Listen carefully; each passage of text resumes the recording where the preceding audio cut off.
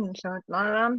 Kita lanjut pertemuan kita nih, mungkin pertemuan ketiga. Jadi sekarang ada kan Ibu sudah share kemarin di email tentang materi pertemuan ketiga. Coba kita bisa buka materinya, Nak. Ibu nggak usah share screen deh, kalian bisa punya sendiri itu. Silakan dibuka. Kemudian kita mulai dari slide pertama. Di situ kan di slide pertama itu kita bisa lihat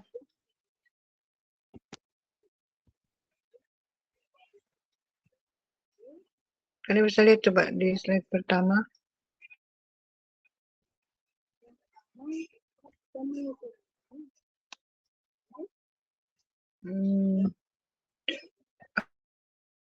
Akuntansi proyek yang PPT ketiga.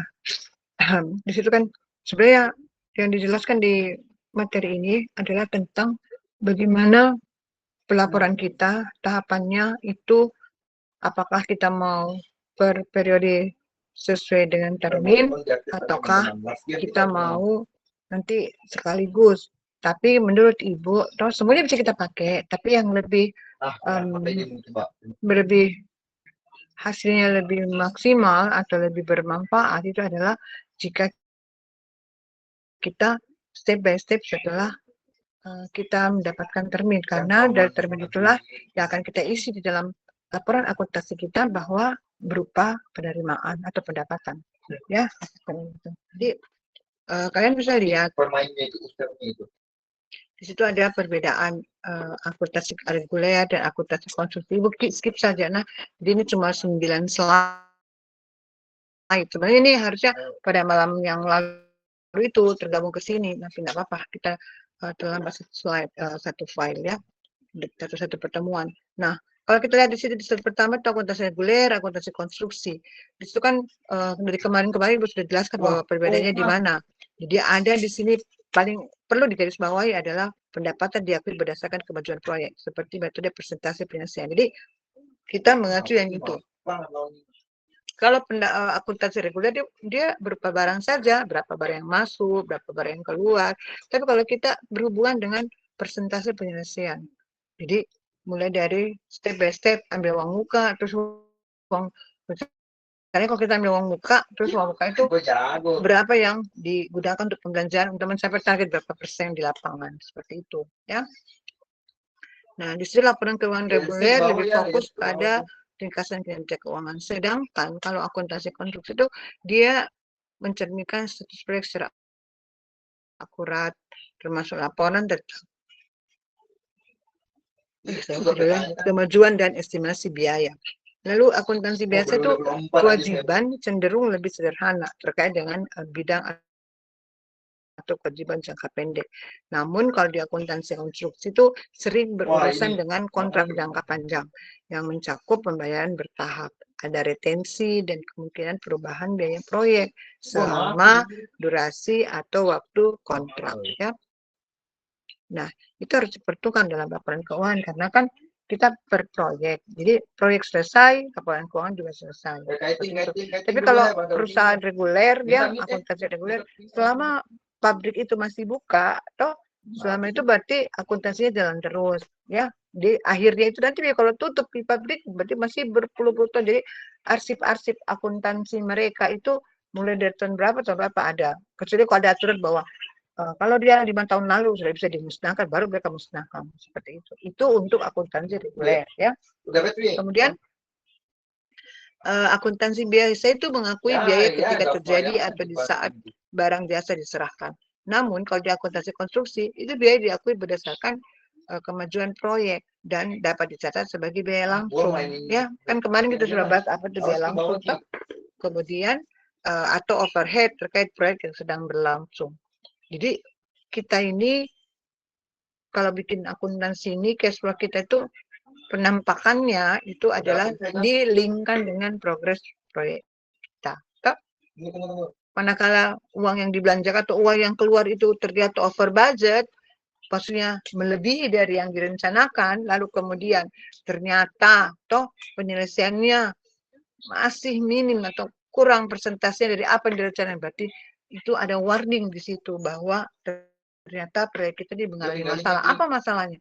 Yang pertama, uang yang dikeluarkan melebihi dari apa yang ada direncanakan, dan kemudian waktu yang digunakan, progres yang dicapai itu, progres itu presentasi yang dicapai itu kurang dari apa yang direncanakan atau yang ditargetkan. Nah, itu yang bermasalah. Sebenarnya kita harusnya memang mengantisipasi itu dengan ini catatan laporan kita, ya. Kemudian di slide ketiga, memahami faktor-faktor dalam akuntansi konstruksi itu sebenarnya untuk apa? Untuk maksimalkan efisiensi operasional. Di situ kan ada 6 kunci utama dalam akuntansi konstruksi yang perlu kita ketahui. Yang pertama, pengakuan pendapatan.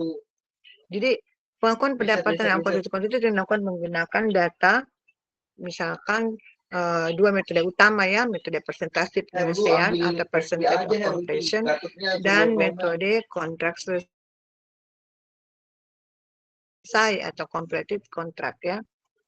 Jadi ini kita nanti tinggal milih mau pilih yang mana, apakah persen penyelesaian ataukah kontrak selesai. Nah, kalau Ibu cenderung untuk kalian, karena kita masih pemula, sudahlah kita mulai dulu dengan metode presentasi penyelesaian, ya. Seperti itu. Bagaimana metode presentasi itu mengakui pendapatan seiring dengan kemajuan proyek. Yang tadi dijelaskan tuh, sementara kalau metode kontrak selesai itu dia mengakui pendapatan setelah proyek selesai. Jadi semua itu kwitansi itu, nota-nota itu disimpan dengan rapi per tanggal, perlu dibikinkan ke folder sendiri, baru kemudian di lubang-lubang kita baru dimasukkan di dalam folder itu. Sebenarnya kalian harusnya bikin tugasnya itu begitu, jadi bikinkan folder dulu, kemudian bikinkan juga apa-apa nota, baru nanti itu dituangkan masuk ke laporan akuntansinya. Seperti itu. Kalau misalkan kita baru 20%, enggak masalah. 20 pengambilan DP 20%, kemudian 20% dibelanjakan apa saja. Nah, itu. Jadi kalian diminta untuk buat kwitansi. Jadi yang lalu itu tugasnya dia buat kwitansi. Jadi seolah-olah dia ada kwitansi apa yang di situ. Misalkan kau bayar tukang. Kau bayar tukang kan kita bayar ke mandornya pakai tanda bukti yang kwitansi. Kita serahkan uang kita serahkan uang ke mereka, kemudian kita minta mereka tanda tangan kwitansinya, atau kepada mandornya itu tanda tangan. Satu orang dia mandor tanda tangan, nanti kan dia mandornya yang membagi kepada tukang, ya, gitu. Jadi kalian nanti bikin kwitansi itu. Jadi simulasi kwitansi, ya, misalkan pembelian apa, misalkan pembelian material juga, atau kalau bilang toko bangunan, misalkan Raja Wali toko, terus dia beli semen sekian sak di situ, harus ada kwitansinya. Nah, dari kwitansi itu kita akan mentransfernya atau membahasakannya dalam bahasa akuntansi, ya. Jadi dalam laporan akuntansi kita catat dia berupa pengeluaran karena kita membelanjakan uangnya, kan. Nah, kalau yang pendapatan ya tentu tadi itu yang kalau misalkan sudah dapat terbit 20%, uangnya berapa, atau dan makanya kalian cari proyek dulu. Kepengennya sih sebenarnya dari awal-awal kalian sudah bisa proyek ini, Bu, terus saya buat seperti ini. Jadi dari awal itu sudah jelas, ya, seperti itu. Nah, kemudian manajemen biaya proyek. Nah, biaya dalam akuntansi itu biasanya dikelompokkan berdasarkan proyek dan mencakup biaya langsung seperti tenaga kerja dan bahan baku, serta biaya overhead seperti apa, misalkan ada asuransi kah atau biaya tak terduga terjadi di lapangan yang membengkak, ya, karena mungkin manajemen proyeknya kurang maksimal atau tidak efektif sehingga terjadi pembengkakan biaya. Nah, pengelolaan biaya proyek yang efisien itu kan sangat pentingnya. Untuk apa? Untuk memastikan proyek berjalan sesuai anggaran dan untuk menghitung margin keuntungan secara akurat. Jadi dua itu. Ngapain kita mau bekerja kalau kita tidak mendapatkan keuntungan, ya kan? Kita dapatkan pekerjaan proyek, kita berusaha menang lelang, menang tender, dapat nih pekerjaan. Sekarang kan kita menghitung-hitungnya untuk dapatkan profit, toh. Nah, memang dari capers itu minimal maksimal profitnya bisa 20%. Kalau kalian mau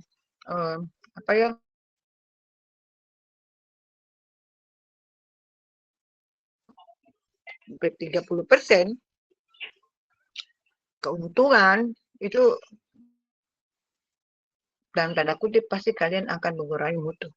Karena memang di Kepler sudah ada maksimal cuma 20%, itu sudah diperhitungkan. Kalau zaman dulu, kalau kita menghitung RAB, kita pakai analisa BOW, itu memang analisa BOW itu Toh range debt itu sangat tinggi sehingga kalau kita rencanakan kita buat RAB, kemudian kita pakai yang paling maksimal untuk range-nya itu, misalkan range-nya antara contoh nih, misalkan antara 50 sampai 100, kita ambil yang 100 toh itu safety-nya masih tinggi. Maksudnya safety-nya sangat tinggi. Jadi bagus untuk di lapangan sebenarnya. Nah, kita Indonesia ini karena kita tidak mau memakai produk yang telah diwariskan oleh penjajah, kan tuh kita dijajah 350 tahun dan itulah yang dipakai kalau membangun-bangun bangunan-bangunan tua. Contoh misalkan yang bangunan-bangunannya yang zaman dulu itu yang bangun benteng ujung pandang memang kokoh, memang kuat, toh benteng ujung pandang, benteng Fort Rotterdam lah, ya itu kokoh kalau kalian berjalan-jalan di pinggir di pantai sana, yang di daerah dekat Kampung Popsa, dekat RRI itu memang kuat karena memang range untuk safety itu lebih besar seperti itu.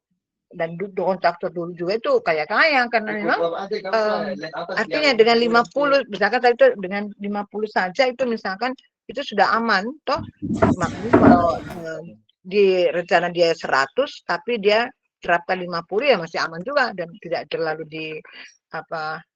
tidak terlalu dikoreksi, oke aman. Jadi sehingga zaman-zaman dulu kontraktor zaman dulu itu profit mereka itu bagus-bagus.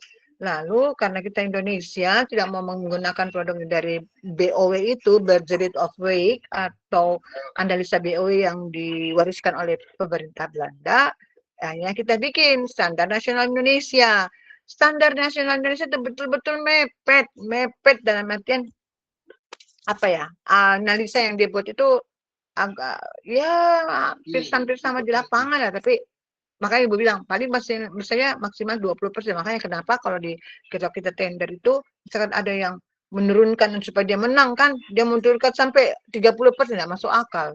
Bagaimana mutunya nanti di lapangan kalau dia mau, karena dia mau menang lelang sehingga dia menawar dengan menurunkan dari pagu atau penggunaan anggaran yang sudah disepakati. Toh misalkan 1 miliar, dia menawar 700 juta, artinya dia turunkan 30% atau 300 juta. Bagaimana nanti di lapangan? Bagaimana nanti standar kualitasnya? Itu sudah diragukan itu kalau seperti itu. Makanya pemerintah membuat keputusan presiden di kalangan Kepres itu sudah diwanti-wanti bahwa maksimal cuma bisa 20%. Jadi kalau kita mau menawar, ya ini situasi kita dia mungkin 800 jutaan. Jadi kalau ada yang menawar 700-an, memang betul rendah, tapi diklarifikasi itu nanti sama panitianya bahwa ini tidak layak untuk menang, ya, tidak menang tender seperti itu. Nah, kemudian kita lanjut ke slide 4. Estimasi dan anggaran. Estimasi biaya itu adalah aspek berikut yang kalian bisa baca sendiri. Kemudian ada pelacakan retensi. Apa itu retensi? Kalau estimasi dan anggaran kan sudah paham kalian toh, ada peralatan, bahan, tenaga, apa overhead. Nah, sekarang kita masuk di poin 4 dulu. Pelacakan retensi.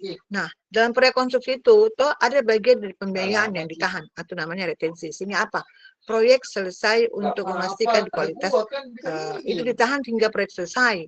Jadi dia yang tadi kemarin pernah Ibu bilang 100% visi di lapangan, dia tidak dibayar 100%, tapi dibayar apa? 95%. Kalau dari awal-awal kayak gitu kan, misalkan 20, toh dibayar, misalkan 25, dibayar 20, progresnya 25%. Di lapangan 50% progres, sudah fisik nih, sampai 50%. Dibayarnya berapa? 45. Sampai terakumulasi sampai yang terakhir nih, 100% di lapangan. Berapa dia dibayar? 95%. 5% itu ditahan sampai proyek selesai. Dan untuk memastikan juga kualitasnya itu kayak ada bocor-bocor kah atau apa, atau dipecin-pecin kah kalau pekerjaan jalan, ya itu semua anggarannya diambilkan dari situ, ya. Nah, di sini kalau kita masukkan akuntansi konstruksi itu kita harus mampu melacak dan mencatat retensi ini secara akurat. Nah, karena apa? Dari sisi pendapatan biaya dia akan mempengaruhi arus kas dan laporan keuangan. Kan tinggal sedikit nih, 5%. Tapi kan di ujung nih juga dia baru sudah 100% menjual di lapangan, baru kan mau kita tutup ini juga laporan akuntansi kita. Jadi memang ini harus juga dia terakurasi dengan baik pencatatannya, ya. Memang Bu, kalian bilang cuma 5%, Bu. Iya, cuma 5%, tapi juga krusial juga itu karena kalau misalkan ada yang bocor-bocor, ada yang retak-retak, ya diambilkan juga dari situ dananya untuk perbaikannya, ya. Kemudian kita naik lanjut ke poin 5, pengelolaan kewajiban jangka panjang. Nah, proyek konstruksi itu seringkali merupakan kontrak yang jangka panjang. Ada yang multi years. Dibilang multi years seperti apa? Oh, 2 tahun. Jadi misalkan tahun ini dimulai Januari sampai sampai Desember tahun 2026 belum selesai ya, bikin itu 1 tahunnya. Tahun berikutnya sampai 2027. Jadi kontraknya multi years 2026 sampai 2007, malah ada yang 2030 ya. Nah, ini berarti pengelolaan kewajiban itu seperti hutang kontraktor atau pembayaran tahap proyek menjadi bagian penting dari kalkulasi kontrak karena kan jangka panjang ya. Kemudian pengelolaan ini harus dilakukan dengan cermat agar perusahaan dapat memenuhi kewajiban mereka tepat waktu dan tetap menjaga keseimbangan arus kas. Itu. Jangan kita arus kasnya minus terus. Ya, bagaimana ini mengelola proyek kalau faktanya ternyata di arus kasnya minus? Ya, di mana kita lihat di laporan akuntansinya? Bagaimana bisa minus? Karena pengeluaran lebih besar dari pendapatan. Minus lah jadinya. Toh? Kita dapat dari uang termin 20% lah. Atau kita dapat misalkan 200 juta. Pembelian kita 250 juta. Itu udah masuk akal. Kalau kita bilang, Bu, memang Bu, karena Bu, naik harga, bisa jadi. Nah, kalau ada begitu tuh, ada namanya force majeure. Dan itu sudah tertulis di kontrak. Force majeure itu adalah kejadian kahar atau yang tidak diduga-duga. Mana ada kejadian kita mau rencanakan ya. Contoh kayak gini, banjir.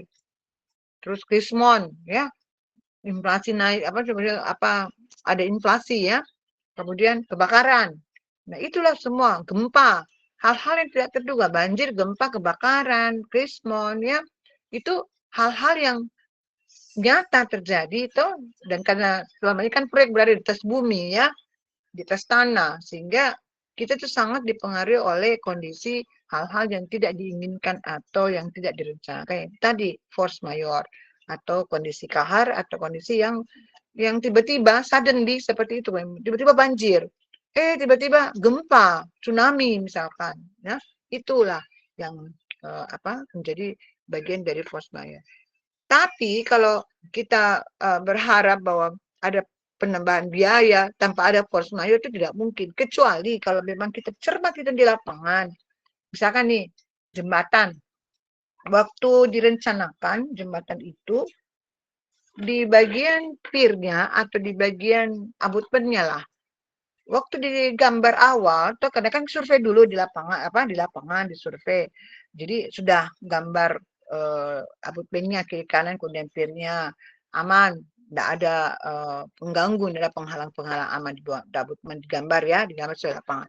Kan ini jembatan lama ceritanya kan untuk direnovasi. Lalu apa yang terjadi? Ternyata setelah direncanakan itu di 1 tahun lah misalkan terjadi tsunami atau terjadi banjir bandang misalkan, tergerus itu abutmen lamanya, tidak apa-apa, kadang-kadang kita mau bikin abutmen baru ya. Namun apa yang terjadi setelah itu, ternyata tiba-tiba langsung ada sebongkah batu yang berada di dekat abutmen tersebut. Nah, ini nih yang menjadi apa? Harus ada lagi item pembayar tuh kasih pindah itu batu. Yang tadinya kan direncanakan waktu awal kan memang aman-aman, tidak ada batu, tidak ada apa.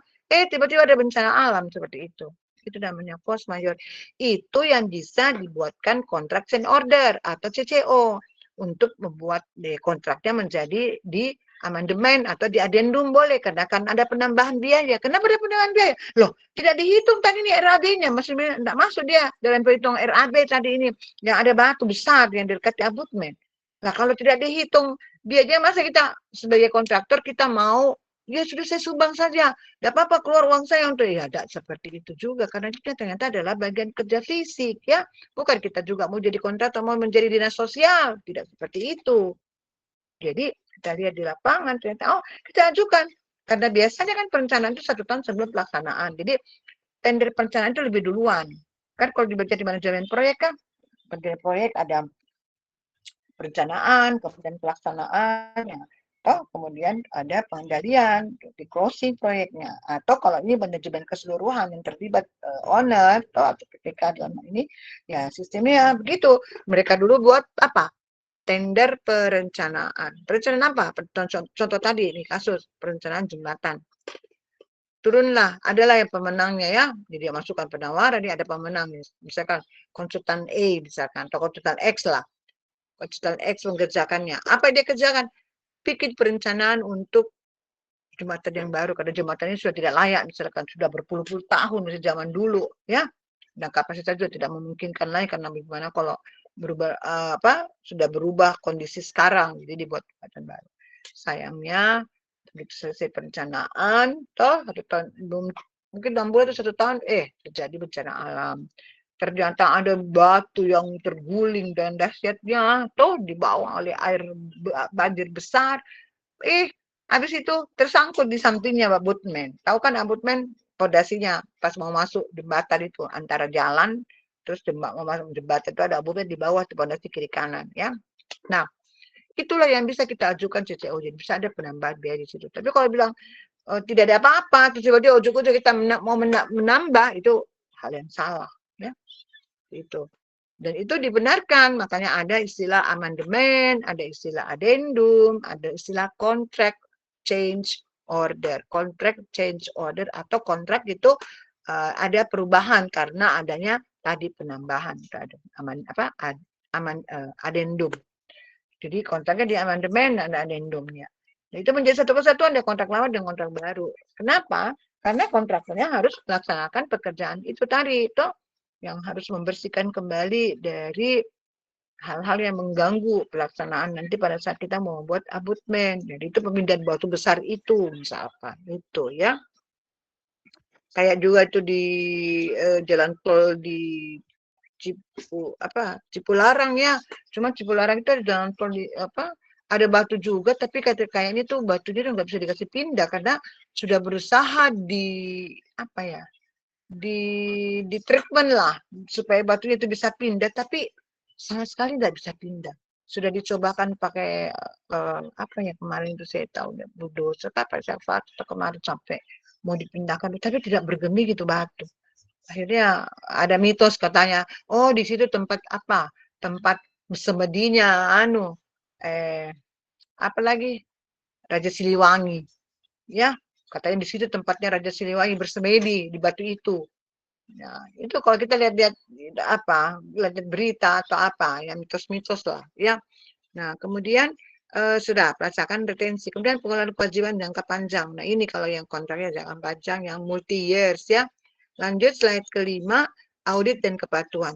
Nah, kalau prakonstruksi kan dia sering apalagi prakonstruksi yang dibiayai oleh APBN, dana dari pajak-pajak yang rakyat bayar, kan. Jadi sebenarnya itu dana itu bergulir-bergulir sih. Kita bayar pajak, uang itu terkumpul oleh pemerintah, dikelola, dikumpulkan. Nah, dari dana-dana ini dibuatkanlah infrastruktur yang memang yang urgent untuk diperbaiki. Kan seperti itu ya, jalan atau bangunan gedung, ya, atau bendungan, ini seperti itu. Jadi dapat dana dari mana? Ya dana dari kita masyarakat atau rakyat Indonesia itu yang membayar pajak.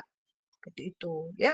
Nah, itulah yang dikelola lagi untuk diwujudkan dalam bentuk bangunan fisik, mau jembatan, mau jalan, mau kantor, gedung kantor, atau fasilitas umum, ya, itu semua sumbernya dari situ. Nah, kemudian prekonstruksi kan kita tahu dia regulasinya itu harus ketat. Nah, contoh lagi standar keselamatan kerjanya bagaimana dan bagaimana pula terhadap kepatuhan kontrak, kan begitu, toh. Nah, kita untuk membuat akuntansi konstruksi kita harus pastikan semua biaya dan pendapatan kita catat dengan benar. Dan untuk mematuhi juga peraturan hukum dan kontraktual.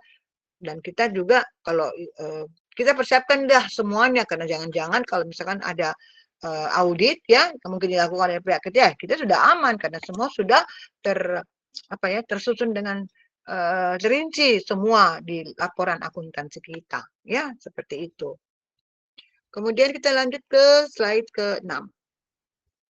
Kesalahan akuntansi yang umum terjadi dalam bidang konstruksi. Apa? Kenapa bisa? Kenapa dikatakan kesalahan? Ya, namanya manusia, ya, kadang-kadang ada human error. Nah, kalau kita tahu apa yang sering menjadi kesalahan, kita berusaha untuk menghindari kesalahan tersebut. Nah, inilah beberapa kesalahan. Yang pertama, perkiraan biaya proyek yang tidak akurat.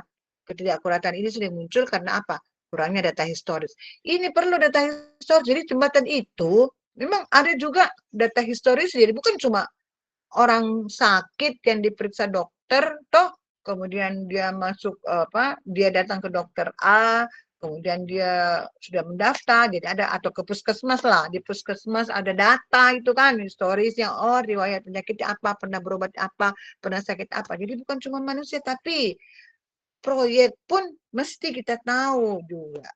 Bagaimana kronologisnya waktu pertama kali dibangun ini jembatan. Kemudian dia sudah mengalami perubahan berapa kali, perbaikan berapa kali, restorasi jembatan sudah berapa kali. Itu ada historisnya. Supaya apa? Kalau besok-besok mau lagi kita bangun atau mau ada lagi perencanaan baru, paling tidak itu jadikan referensi. Nanti kalian bilang, Bu, kadaluarsa nih udah lama. Cocok nih, karena kan mau diupdate ceritanya sekarang, mau diperbarui, tapi tetap kita ada data-data lama. Nah, nanti data-data lama itu kita update lagi. Dan itu ada dana untuk itu juga. Yang seperti itu ya. Kemudian apalagi? Fluktuatifnya harga material dan upah. Maksudnya fluktuatif itu bagaimana? Ya kayak begini, harga-harga semua di pasaran naik. Apa-apa kita mau beli apa, kalau ibu-ibu nih, ibu pergi ke pasar, uang 100.000 tuh dulu banyak kita bisa beli ini, beli itu. Sekarang uang 100.000 kita ke pasar, kayaknya pulang, ya ini jadi bisa kita jangkau dengan uang 100.000. Nah itulah maksud ibu apa fluktuatifnya harga. Jadi bukan cuma harga di pasar maksudnya barang-barang lauk pauk, sayur, bukan cuma itu, bahan mentah untuk itu, bahan baku untuk itu, tapi material, upah ya untuk bahan konstruksi juga itu juga naik itu ya. Kemudian disorganisasi. Disorganisasi dalam pengelolaan akuntansi itu dapat menyulitkan pelacakan dokumen dan informasi keuangan penting. Artinya begini, kita sudah bikin nih urutan-urutannya, ternyata ada masuk lagi kwitansi. Kwitansi ini tanggalnya sudah lewat. Aduh, mau kita sisir di mana lagi nih, muter di mana? Nah, itu salah satunya itu disorganisasi dan pengelolaan akuntansi tidak terorganisir dengan baik ya. Kemudian pengakuan yang tidak akurat atau joint venture. Kesalahan ini sering muncul jika apa? Perusahaan tidak mengikuti prinsip akuntansi yang tepat dalam mencatat kontribusi modal dan pendapatan ya. Jadi intinya kalau begitu mau Rp5, mau Rp1 dicatat. Kasarannya tidak ada di kapan sekarang Rp1 mau dicatat di akuntansi ya. Kasarannya itu cuma analogi lah ya, bahwa kita memang harus mencatat secara detail. Kemudian pengolahan perubahan pesan yang kurang baik. Misalnya begini, jika perubahan tidak dicatat atau dikemukakan dengan jelas, kesalahan dalam pengadaan material, jadwal kerja, dan estimasi biaya itu juga dapat terjadi. Jadi berurut ke semua. Kalau itu tidak catat dari awal atau dikomunikasikan dengan jelas, inilah yang terjadi fatal nih kalau terjadi kesalahan dalam pengadaan material yang diorder tidak seharusnya itu, malah itu diorder. Kok diapain coba? Kalau sudah istilahnya sudah tertumpuk di situ, ternyata salah order coba. Terus selesai proyek dia masih mangkrak di situ. Sudah, iya bagus kalau masih ada pihak ketiga yang mau beli, itu pun kita sudah jual murah. Kalau tidak ada, mau diapain coba? Ya, makanya wanti-wanti mantong kita supaya tidak sampai disorder dalam pengadaan material. Kemudian menghitung biaya over yang salah. Jika perusahaan tidak mempertimbangkan semua elemen biaya tetap dan variabel seperti sewa dan utilitas, anggaran apa bisa menjadi tidak akurat. Jadi biaya-biaya itu harus kita ada biaya tetap, ada biaya variabel. Itu nanti pada saat kita buat neraca, ya mungkin pertemuan keberapa kita buat ibu kasih lihat contohnya.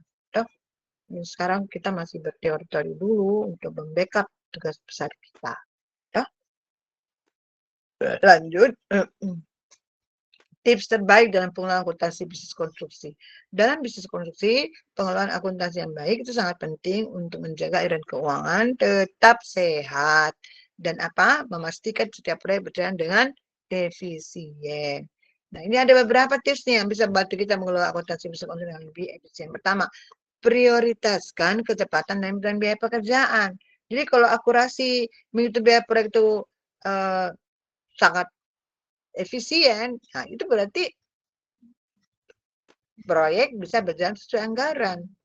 Kemudian yang kedua, implementasikan sistem akuntansi berbasis kas.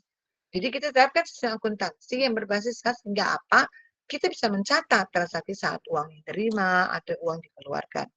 Kemudian identifikasi strategi pajak yang paling efektif.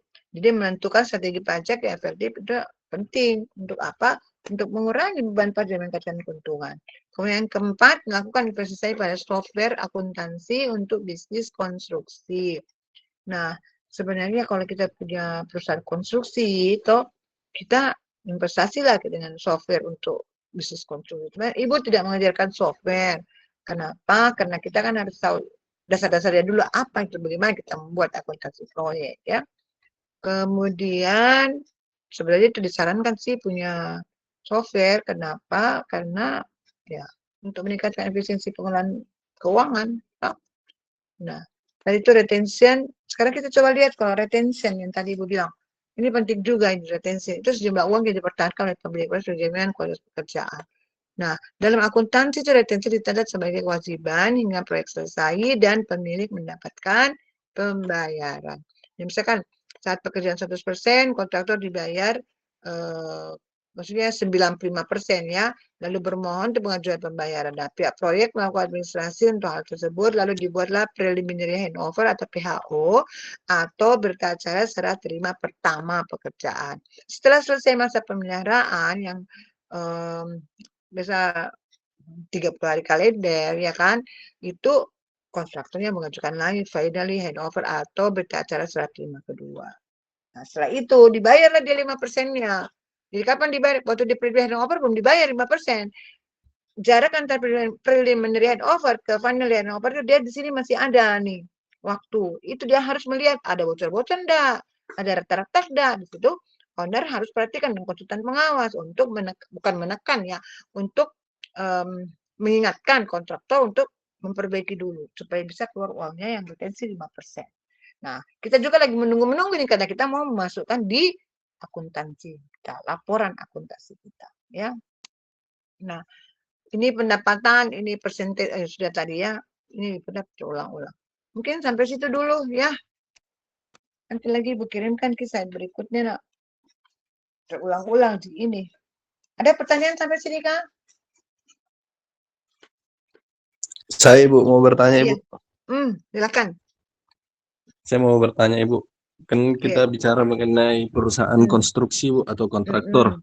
Kenapa perusahaan konstruksi atau kontraktor seperti BUMN itu selalu mengalami kerugian Ibu? Padahal kan semenjak awal mengikuti lelang atau tender itu kan sudah ada profit yang dia simpan di situ Ibu untuk saat pelaksanaan. Kenapa selalu mengalami rugi? Contohnya, kasihkan contoh yang mana yang selalu rugi? Contoh rugi. Waskita Ibu. Selalu rugi Ibu. Sehingga sudah disuspend. Ngapain? Logikanya begini, ngapain dia menjadi kontraktor kok selalu rugi? Ya makanya itu Bu, kenapa selalu rugi dan selalu, maksudnya kan padahal kan sudah ada profit Bukan Ibu cuma pada saat. Waskita, kadang-kadang sering juga kita dengar di proyek Waskita, Wijaya Karya, ya kan? Ya Bu, banyak perusahaan BUMN lain yang rugi. Dua itu perusahaan plat merah istilahnya ya, sering mengalami kerugian di lapangan. Dan apa ya, mereka itu sebenarnya begini, kayak Waskita, Wika, ya, itu kerugian besar karena kadang-kadang kontrak itu menurun, maksudnya apa ya, saingannya juga banyak, kontrak menurun dan bebannya tinggi, itu Waskita. Kalaupun apa namanya, Wijaya Karya itu juga dia apa sering begini juga restrukturisasi di dalam internal perusahaannya. Belum maksimal, kadang-kadang cepat sekali itu pergantian direktur. Pernahkah kalian lihat itu? Pergantian lagi direkturnya. Belum istilahnya belum eksis betul, diganti lagi. Jadi artinya memang manajemennya itu tidak efektif, manajemen mereka, dan mungkin karena mereka berpikir toh kita akan dapat di pekerjaan karena kita kontraktor plat merah. Itu yang kalimat yang begitu atau pemikiran yang seperti itu yang tidak membuat mereka untuk fighter untuk betul-betul kejar target profit. Beda dengan perusahaan swasta. Jadi karena berpikir mereka begini, meskipun mereka kerjanya jelek, toh yang uangnya kan uangnya negara juga, dan di mereka itu perusahaan negara juga. Artinya kalau istilahnya itu ya nyenting-nyenting saja, nothing tulus bagi mereka. Dan mereka tidak mau effort. Effort maksudnya apa ya? Bersemangat untuk bisa meraih target keuntungan. Begitu tuh, jangankan di rekonstruksi ya. Coba kita lihat di perusahaan Garuda. Selalu katakan rugi, PLN. Rugi. Karena padahal itu kan perusahaan plat merah juga. Selalu dikatakan rugi. Jadi kadang-kadang apa ya, di sini kita harus melihat bahwa brand di kepala orang-orang yang ada di dalam BUMN itu, mereka berpikirnya, nggak masalah jika kita mau rugi, toh kita akan disuntik dana lagi, toh kita akan selalu diberikan lagi di proyek. Meskipun mungkin menurut Ibu kadang-kadang formalitas saja itu, kalau proses tender, yang penting kalau ada wasit itu IBM itu yang dapat pekerjaan, misalkan begitu. Tanpa kita melihat apakah mereka itu selama ini toh baguskah pekerjaannya atau bagaimana itu. Jadi begitu stylenya lah, gayanya orang-orang di waskita itu begitu. Tapi tidak karena menurut Ibu personal, mungkin kapan, karena kenapa? Kadang-kadang juga kalau misalkan di proyek yang di daerah apa, orang waskita, jadi apa ya, sesuai dengan di lokasinya, karena kan proyek itu unik. Kalau mereka tidak semua di kapan juga, mungkin presentasinya ya di atas ya 30% lah ya. Tapi tidak semua di Kapang begitu ya. Karena apa ya? Itu tadi merasa jumawa karena dia adalah plat merah. Artinya merasa yakin bahwa meskipun kita tidak bisa maksimal, dapat tunjuk di proyek, kasarnya begitu. Jadi bagi Ibu itu dari segi pemikiran Ibu ya, tapi kan pertama tadi Ibu bilang karena manajemennya juga kadang-kadang ganti-ganti orang, kadang-kadang juga siapa yang dekat dengan siapa, dan di situ pun ada juga intervensi politik di situ.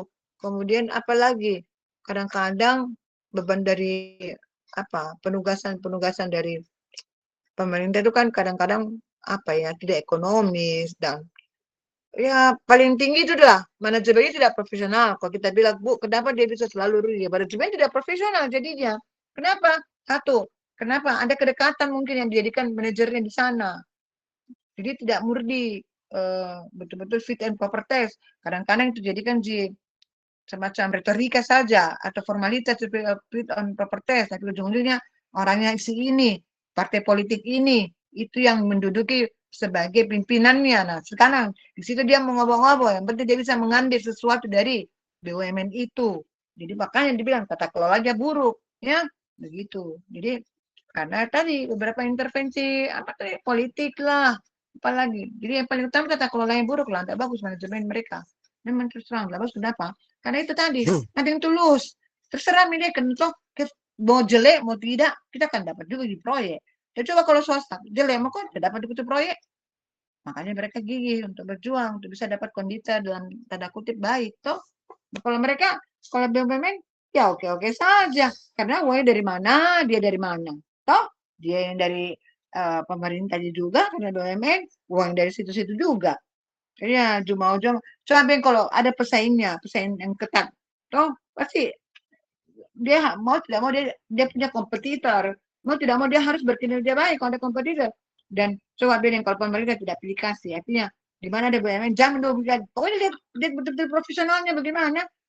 Mulailah mereka pasti sudah mau berkinerja. Kayak PP kan sudah BUMN sekarang. PP itu tidak separah ini mawas kita, Wijaya Karya. Kalau PP itu tidak. Makanya gue bilang, karena mereka sudah melihat kompetitor. Di proyek-proyek gedung yang mereka kerjakan, PP, saya tidak tahu kalau pekerjaan jalan, ya, jarang dilakukan pekerjaan, ternyata proyek gedung. PP itu melakukan pekerjaan gedung, dia punya kompetitor banyak perusahaan Bumi Karsa, itu kan swasta. Tidak hanya Yusuf Kala, ya. Apalagi di Jawa, banyak yang Ya dulu-dulu sih ada dulu, tapi aduh ya dulu-dulu ya, tapi kalau yang sekarang-sekarang yang baru-baru juga sekarang, apalagi yang hebat-hebat itu kalau di Jawa ya.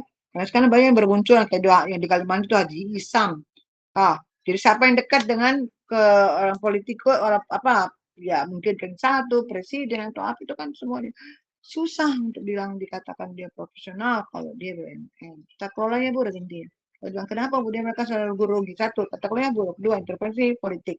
Di situ intervensi boleh paling ketat sekali. Toh? Jangan juga bilang itu. Pertamina coba. Pertamina pun juga pakaian dulu ada perusahaan minyak dari Malaysia juga datang toh yang bisa didirikan BBM juga sel. Tapi sekarang sel juga Murad Maritoy juga kena dihempas juga karena kan Pertamina tidak mau ada kompetitor. Kan begitu. Pokoknya kacau deh nak ini negara kita.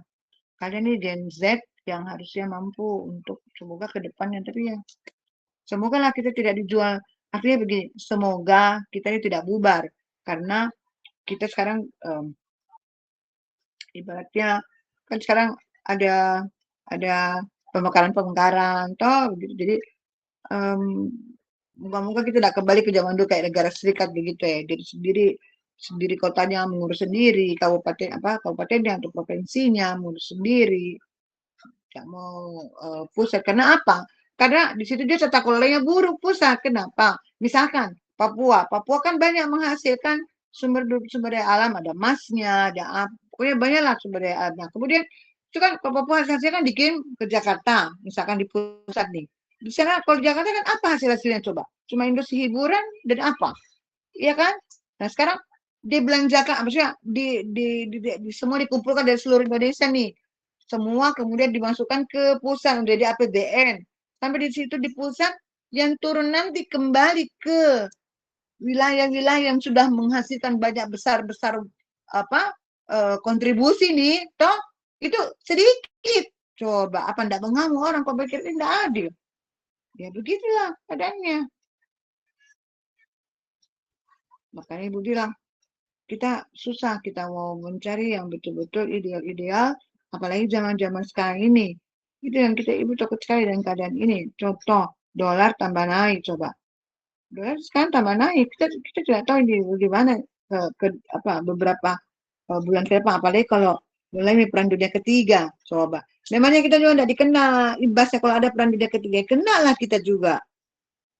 Ya, Ibu bukan menakut-nakuti, tapi faktanya kalau datang di lain itu Amerika diserang juga Cina kah, atau apa Iran kah, atau apa, tuh kan?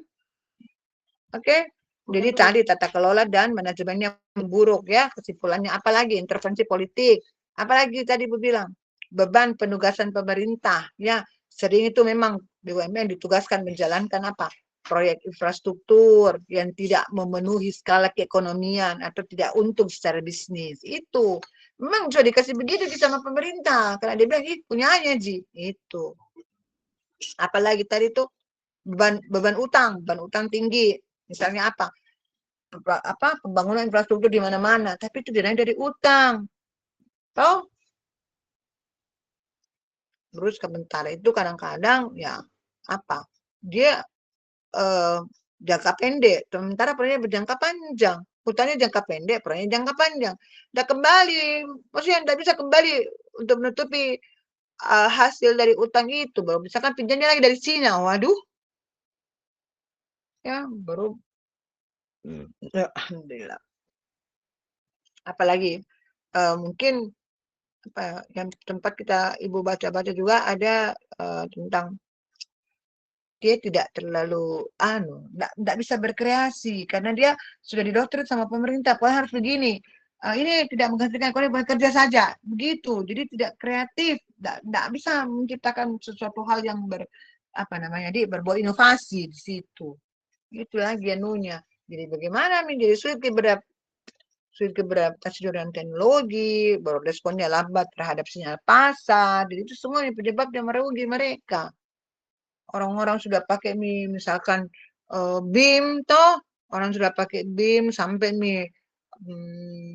pokoknya semua sudah dihitung pakai BIM, kasih biaya, mau penjadwalan, mau apa pakai BIM, dia belum coba itu baru ada pas saya bawa supaya kerja proyek karena keuangan cuma misalkan keuangan cuma sedikit, jadi dia bagaimana mau untung keuangan cuma sedikit, keuangan terbatas, baru tidak mungkin dia mau tenderkan, karena kalau mau tender pasti kan penawar-penawar dengan apa, baru dia sudah bersaing, jadi kasih saya penunjukan langsung kerja nih, baru sudah jelas kurang untung kalau seperti itu kan, gimana dibilang merugi.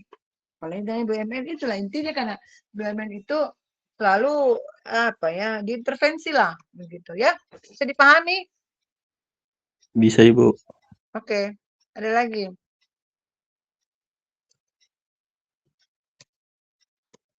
Itu mau ya kalau dipikir tuh PLN dia pemain tunggal. Dari tuh yang pemasok listrik lain selain dia, yang apesnya lagi, kenapa dia beli listrik dari luar? Kalau nggak salah itu pernah ada anunya tuh membeli listrik dari mana dia beli listrik itu PLN. Karena makanya jelek sekali nih kita ini pabrik-pabrik juga pada tutup semua. Kenapa? Karena barang-barang impor dari sini lebih murah dari apa yang diproduksi di pabrik. Coba Bening kalau kita punya ikon, tidak peduli, jangan biarkan itu barang-barang Cina masuk. Kita protek supaya kita berkarya di dalam negeri kita sendiri. Jadi pabrik-pabrik itu memproduksi sendiri, mau produksi sendal kah, tekstil apa. Nah ini kan banyak pabrik tutup. Dan pabrik tutup di Indonesia banyak apa? Banyak karyawannya dikaryakan, dirumahkan, tidak dikaryakan, dirumahkan. Apa yang terjadi coba? Ya kan? Karena apa? Ternyata barang-barang impor itu lebih murah dari biaya produksi. Nah, kenapa biaya produksi bisa mahal? Coba. Ya karena regulasi yang tidak mensupport. Coba beda yang dikasih regulasi yang mensupport. Dan kemudian eh, regulasinya itu ya baru orang kan kadang-kadang mau bisnis itu tuh dia kan kurang modal juga. Jadi paling memanfaatkan dana dari bank. Nah, itulah dana dari bank misalkan pinjam berapa, kemudian ada analisis bisnisnya bagaimana, jadi bank setujui akhirnya. Nah, terus itu dia wajib membayar tiap bulan terhadap utang yang ada di bank. Nah, kalau begitu coba, bagaimana caranya kalau misalkan selalu merugi, ya kan? Jadi ditomboi lagi sama pemerintah karena dia BUMN, disuntik dana lagi sama pemerintah. Inilah carut marutnya kita. Kayaknya saya juga bingung, banyaknya itu ahli ekonomi dikasih sekolah di luar negeri, lulusan Harvard mau naung. Apa yang bikin? Kenapa kita begini? Ya kan? Itulah saya bilang, apa? Jadi kadang-kadang entah yang lulusan Harvard mungkin tidak mau pulang karena tidak nyaman kalau di Indonesia itu bagaimana sehingga ya inilah kita yang terjadi di Indonesia.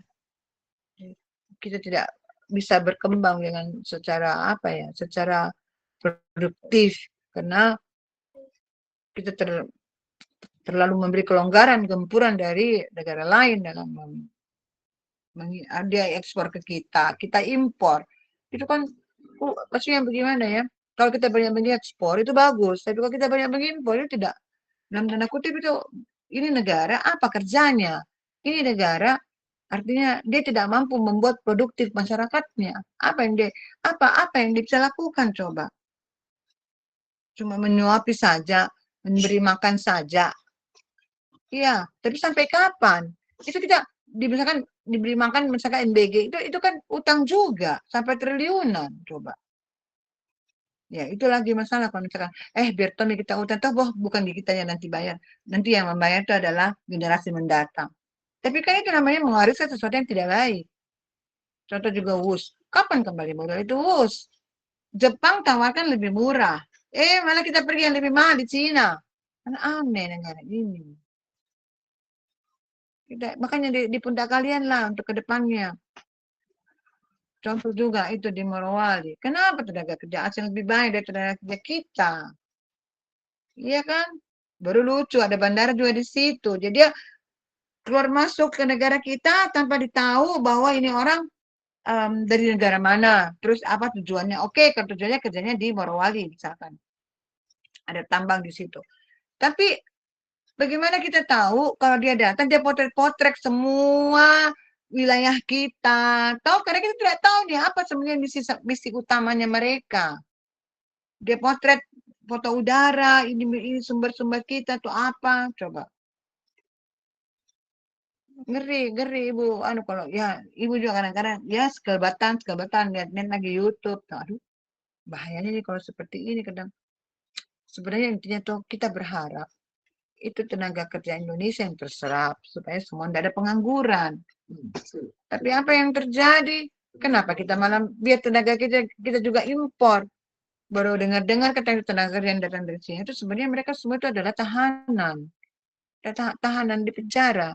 Terus mereka itu ada program pemerintah Cina, pemerintah mereka, jika mereka mau, toh kayak begitu tuh apa ya tugas kerja begitu, tapi kan digaji juga, toh jika mereka mau melakukan itu masa tahanannya akan dikurangi seperti itu.